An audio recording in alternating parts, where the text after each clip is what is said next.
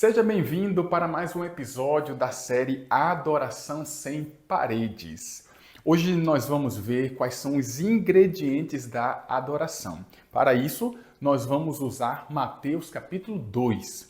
O contexto do capítulo é a visita dos magos vindos de uma terra bem distante para ver o menino Jesus que tinha acabado de nascer. Esse contexto tem tudo a ver com a nossa proposta aqui, pois logo no verso 2 diz que o propósito da visita era adoração. A partir desse exemplo, podemos aprender muito com os magos a respeito desse assunto que nós estamos lidando aqui nesta série. Ao ler o relato das visitas desses magos, uma pergunta que vem de forma inevitável à nossa mente é: como eles souberam do nascimento do Messias? José com certeza não compartilhou o fato em nenhuma rede social. Maria não postou nenhuma hashtag falando sobre o rompimento da bolsa ou algo da natureza. Nenhuma live foi feita para divulgar o nascimento. O fato não foi veiculado em nenhum tipo de imprensa daqueles dias. Os magos não eram judeus e estavam bem longe do acontecido. Mas como então, diante de tanta limitação de comunicação e da limitação geográfica, eles souberam do nascimento do Messias? Vamos então destacar 3 elementos importantes aqui da adoração. O primeiro deles é conhecimento. Vários textos bíblicos demonstram a importância do conhecimento de Deus por parte do adorador. Jesus sintetizou assim a vida eterna. E a vida eterna é esta: que te conheçam a ti, o único Deus verdadeiro, e a Jesus Cristo, a quem enviaste. João 17, verso 3. Por meio do profeta Oséias foi declarado: pois misericórdia quero e não sacrifício, e o conhecimento de Deus mais do que holocaustos. Oséias 6, o verso 6. E a falta de conhecimento também foi apontada como causa do perecimento do povo de Deus em Oséias 4:6. Os magos em questão, que eram pagãos, mostraram estar bem familiarizados com as escrituras dos hebreus. Informações adicionais dão conta de que, ao estudarem esses magos o céu estrelado, procurando sondar os mistérios ocultos em seus luminosos caminhos, viram a glória do Senhor. Buscando claro entendimento, voltaram-se para as escrituras dos hebreus. A Bíblia e a natureza eram objetos de estudos desse seleto grupo de improváveis adoradores.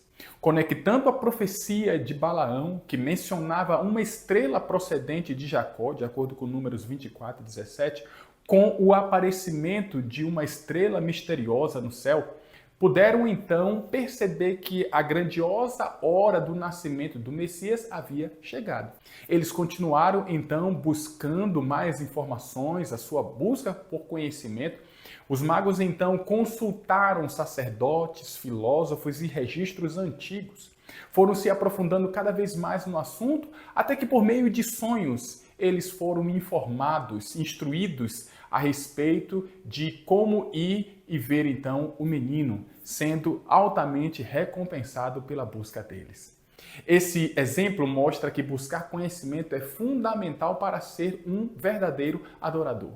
Como adorar a quem não conhecemos? O contraste é o fato de que os magos não encontraram nenhum judeu familiarizado com o assunto. Agora queria fazer 2 aplicações nessa questão do conhecimento. A primeira aplicação tem que ver com o que chamo de conhecimento cognitivo ou conhecimento técnico. O que nós consideramos como sendo esse tipo de conhecimento? Seria, por exemplo, o conhecimento intelectual.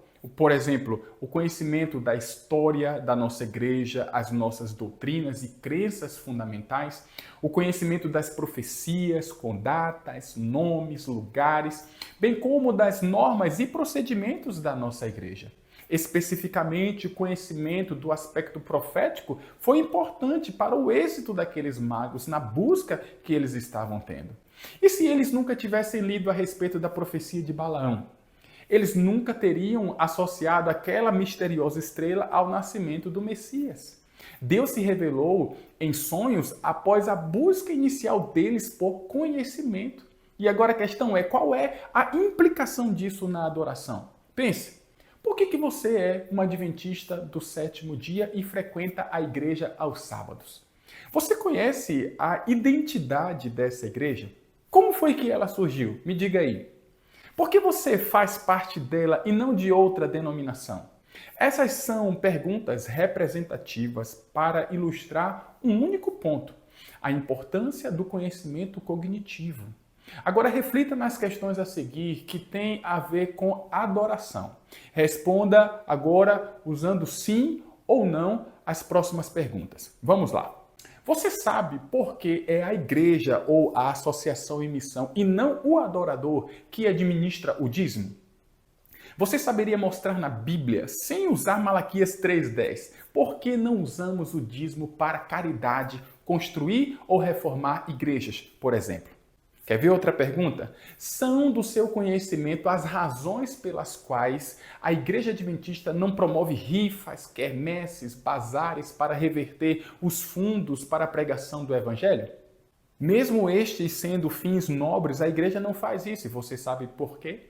Se sua resposta foi não, em algum momento você poderá ser mais susceptível a dar um destino não bíblico para o dízimo, sendo assim fiel diante de Deus, mesmo que o recurso seja usado ou seja destinado para uma causa nobre, como ajudar os pobres ou construir igrejas. Você também poderá ser tentado a levar para Deus uma oferta que ele, primeiro, não pediu e, segundo, não vai aceitar.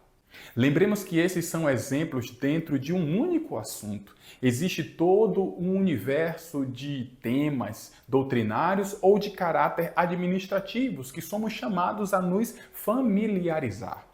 É verdade que nunca seremos donos de todos os saberes. No entanto, essa impossibilidade não deve ser uma desculpa para a ignorância. Nós temos que saber, nós temos que ter respostas. O que queremos fomentar aqui é que cada adorador saiba a razão de sua fé e de suas práticas. Que cada adorador esteja familiarizado com as doutrinas, com as crenças, com os procedimentos da igreja que está ligado. Inclusive o apóstolo Pedro, em sua carta, ele diz que devemos estar sempre preparados para responder a todo aquele que nos pedir razão da esperança que há em nós. 1 Pedro 3,15. Agora, a segunda aplicação do que do que falamos aqui sobre conhecimento, é que conhecimento num aspecto relacional. Esse é o aspecto mais importante. Conhecer doutrinas e crenças, saber esmiuçar as profecias, conhecer o manual da igreja de capa a capa é importante, é necessário. Porém, o mais importante conhecimento é aquele conhecimento como fruto de um relacionamento com Deus. Muitos usam o conhecimento da Bíblia para escrever um roteiro para uma novela, um filme, uma peça de teatro com fins comerciais apenas. O conhecimento cognitivo pode ser um meio de manipulação e dominação, por exemplo, em determinadas igrejas. O próprio inimigo de Deus e os seus anjos maus têm conhecimento cognitivo, mas faltou-lhes o mais importante, o conhecimento relacional, ou seja, intimidade com o Criador. É esse tipo de conhecimento que Deus falou por meio do profeta Oséias. Não é o conhecimento das doutrinas que garantirá a salvação. Jesus falava do relacionamento com o Pai e com Ele como meio de se ter a vida eterna. Veja essa conexão entre conhecimento e relacionamento nesse exemplo bíblico. Contudo, não a conheceu, enquanto ela não deu à luz um filho, a quem pôs o nome de Jesus. Mateus 1:25. A Bíblia está usando aqui o verbo conhecer como sinônimo de relacionamento, e nesse caso, o relacionamento sexual entre José e Maria, ocorrido somente após o nascimento de Jesus e o casamento deles. No caso da nossa relação para com Deus, conhecê-lo significa intimidade com Ele. Não temos muitas informações na Bíblia a respeito da vida religiosa dos magos que foram visitar o Messias, contudo, pela motivação apontada, ou seja, eles queriam adorar, nós então inferimos que era esse o tipo de conhecimento relacional que eles tinham com Deus. Mesmo considerados gentios, havia no coração deles o desejo de conhecer mais a respeito do Deus de Israel. Certamente eles estavam familiarizados com os feitos passados desse Deus na vida de Israel e eles tiveram luz suficiente para crer e se render a esse Deus. Mesmo estando fora de todo o sistema religioso hebraico, eles faziam parte dele pela essência desses verdadeiros adoradores estrangeiros. Pelo que vimos, eles estavam à frente daqueles que se julgavam pertencer a uma casta superior de adoradores. Agora vamos para o próximo ingrediente: sinceridade. Eu queria falar sobre isso usando o exemplo de falsidade. No relato da visita dos magos a Jesus, lemos sobre o suposto desejo de Herodes de também ir adorar a Jesus. Sabemos que, na verdade, não era esse o seu objetivo. Ao o rei tomar conhecimento do nascimento de um rei rival, ele tentou destruí-lo, mas para isso tentou, por meio do engano, se passar como adorador verdadeiro. Herodes pode então representar hoje uma classe de adoradores falsos, pessoas que querem apenas se apresentar como adoradores, negando, contudo, viver de tal maneira. Com a boca, essas pessoas professam o desejo de adorar a Deus, mas o coração não foi entregue completamente a Ele. Lembremos que a verdadeira adoração é vivida de que forma? Em espírito e em verdade. Sendo assim, não há espaço para a falsidade. Nos tempos do profeta Isaías, você pode conferir isso logo no capítulo 1, Deus condenou seriamente a hipocrisia existente no meio do seu povo. O mesmo ele fez com os fariseus, quando ali Jesus abertamente os chamou de hipócritas. O adorador precisa ser honesto e sincero para com Deus.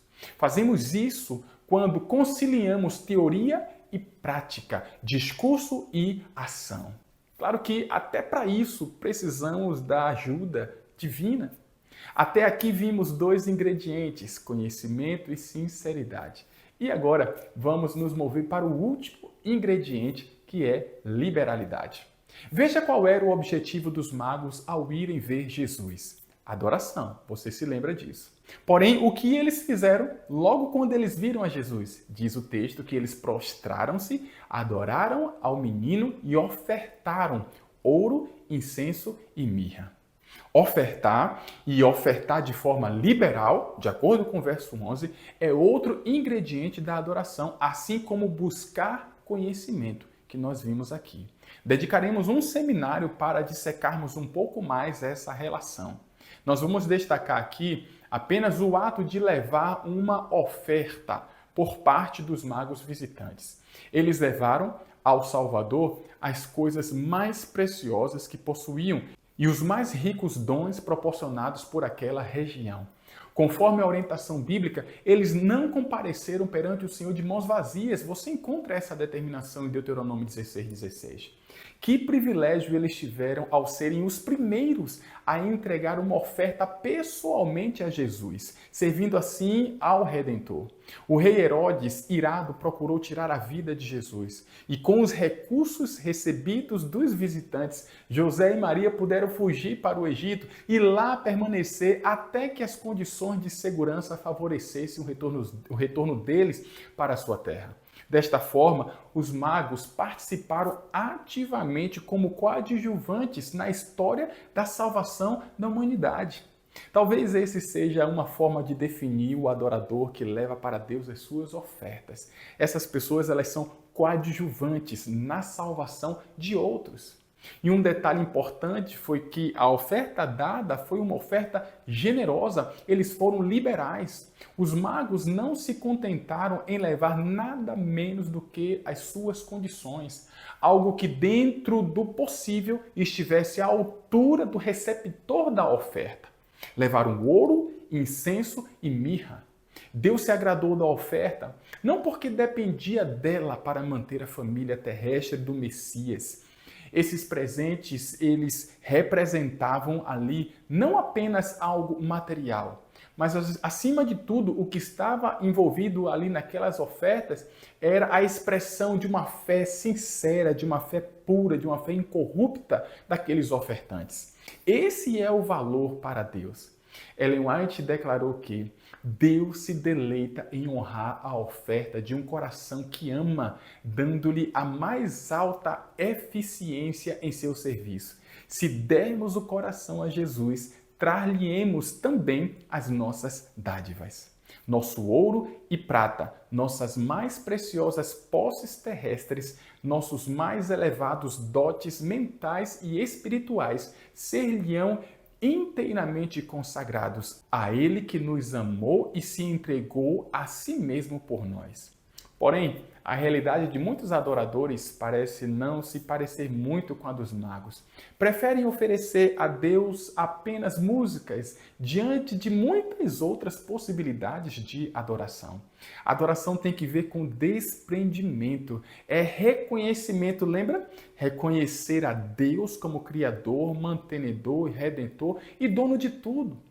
Olha essa citação. Muitos oferecem presentes aos seus amigos terrestres, mas nada têm para dar ao amigo celestial que concede tantas bênçãos. Não devíamos agir assim. Devemos oferecer a Cristo o melhor de tudo o que temos: nosso tempo, nosso dinheiro, nosso amor. Então, quais são os ingredientes da adoração que vimos até aqui? Destacamos conhecimento, sinceridade e liberalidade. Busquemos conhecer mais a Deus. Visitemos nossas motivações e nossa sinceridade. E sejamos liberais, participando assim da obra de salvação de pessoas. Ao fazermos assim, estaremos adorando a Deus no mais profundo sentido da palavra. E é isso que Deus espera de cada um de nós. Que ao analisarmos e estudarmos, e você pode ler agora o capítulo 2 de Mateus e tentar buscar aí essas referências, isso que nós destacamos aqui. Qual foi o pano de fundo? Eles foram adorar. Mas para isso, primeiro, eles precisavam ter conhecimento. Como eles estudavam a Bíblia, eles estavam familiarizados com as profecias, assim de maneira que quando o sinal apareceu, eles puderam então fazer a conexão, ou seja, conhecimento. O segundo aspecto que falamos aqui é a respeito da sinceridade. Aí usamos o exemplo negativo de Herodes, que se apresentou como falso adorador. Ele se dizia adorador, ele queria supostamente adorar, mas o desejo dele era matar ao Messias. Com isso, nós aprendemos a necessidade da sinceridade. E a sinceridade acontece na harmonia entre teoria e prática, entre discurso e ação. E, finalmente, a liberalidade, porque aqueles homens foram adorar, mas quando eles chegaram lá, o que foi que eles fizeram? Eles ofertaram. Portanto, aqui nós temos, mais uma vez, uma forte conexão entre ofertar de forma liberal e adoração. Porém, nós vamos ver esta conexão um pouco mais detalhadamente mais à frente. Que Deus então te abençoe, que esses ingredientes possam fazer parte da sua vida de adorador. Um grande abraço e até o nosso próximo vídeo.